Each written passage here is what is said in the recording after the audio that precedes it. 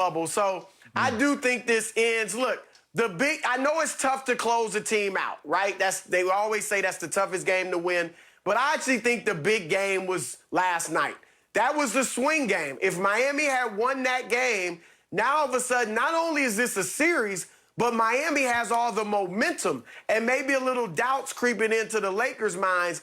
Obviously, the Lakers win. They have full command of the series. If they were going to get tight, it was going to be last night, and we're just judging from what we saw with LeBron. But maybe you're right, Skip. If he was tight, it was the first half last night. That's over with. Nobody on the Lakers should be tight on Friday. They should just close this thing out, and I think they will.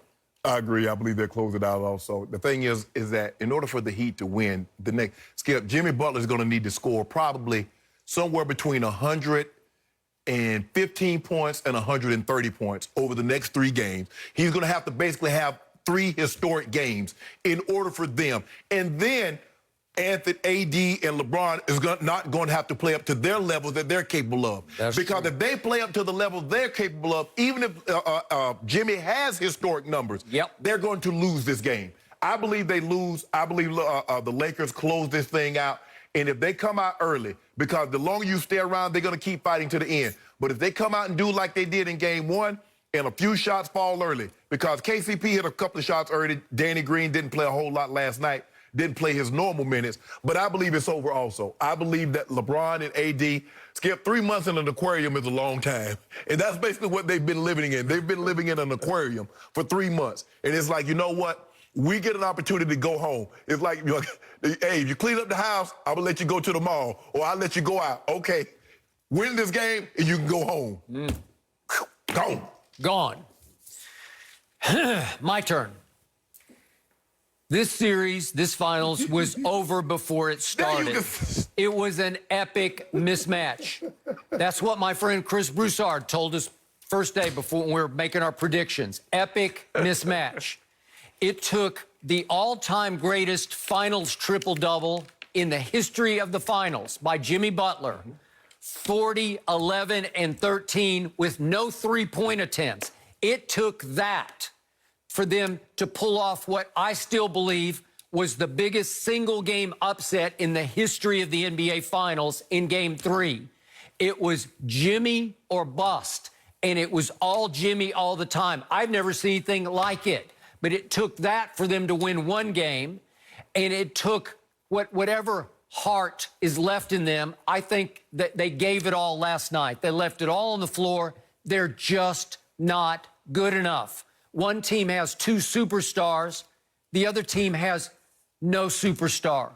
One team is veteran to the core with playoff Rondo and KCP and Markieff and Danny Green, players who've been there and done all this before. And the other team last night played high minutes, 3 rookies. Do you realize Tyler Hero is the youngest player ever to play in the finals? He played 37 minutes last night. Duncan Robinson, a rookie, played 32 minutes last night. And would you believe that Kendrick Nunn, another rookie, a good one, but still a rookie, played 26 minutes and went 2 for 11 last night, and their offense kept degenerating into little Kendrick at 6'2", dribble, dribble, dribble, left-handed, trying to take it inside against AD and getting his shot blocked. It was a joke to me. What are you doing? Well, it's just who they are.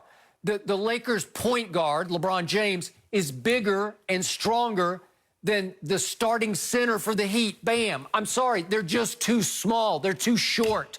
They're in the end, not good enough. So the only competition left on Friday night is LeBron versus AD for MVP. And I think it'll be an epic battle. It'll be a shootout between those two, which is just more bad news for the Miami Heat. They will be bystanders. They will be set decoration for the epic MVP battle on Friday night. I think the MVP, I mean, the guy's averaging, he's averaging the most points. Oh, you think it's over? I don't. Chris, I mean, how does someone lose the MVP if his team wins? He's averaging more points, more rebounds, more assists. Am I missing something, Chris? Right. And he's shooting 54% from the floor. Skip, I'll say this. If AD and LeBron do have that mentality of let me go out and show I'm the finals MVP, I think that plays into the Heat's hands. No. There may have been some of that at the beginning of Game 3. I don't know. When LeBron came out and was doing, trying to do too much, I thought, because I think after the first 2 games, AD was the MVP. He was the Finals MVP after the first 2 games. It was kind of like Denver early on in that series. He was MVP, but obviously Game 3 he played poorly. LeBron wasn't great, but he was better than AD. And then last night, I think clearly LeBron was the better player. So I agree with Shannon. I think LeBron is in the lead firmly. And I think LeBron would have to fall flat on his face and play horribly, and AD would have to go for 40-something and 20 to win the MVP at this point, because I just think LeBron's got a safe lead on it. And even when LeBron plays badly, he usually gives you 25. You're desperate for it. So I think LeBron's got it. Stop it. You see what he tried to do? I'm not trying to do anything. No. Because at first, now he told me at the beginning of the year, Chris, that this would be LeBron James's toughest challenge to win a finals, to win a title, because he was in the Western Conference, because of Kawhi had snatched the rug out from under him. And so many teams. So this was going to be his toughest. Did you predict there was going to be a pandemic and he was going to get 5 months off to get ready for the playoffs? I predicted Chris Broussard. Can you tell what I did predict?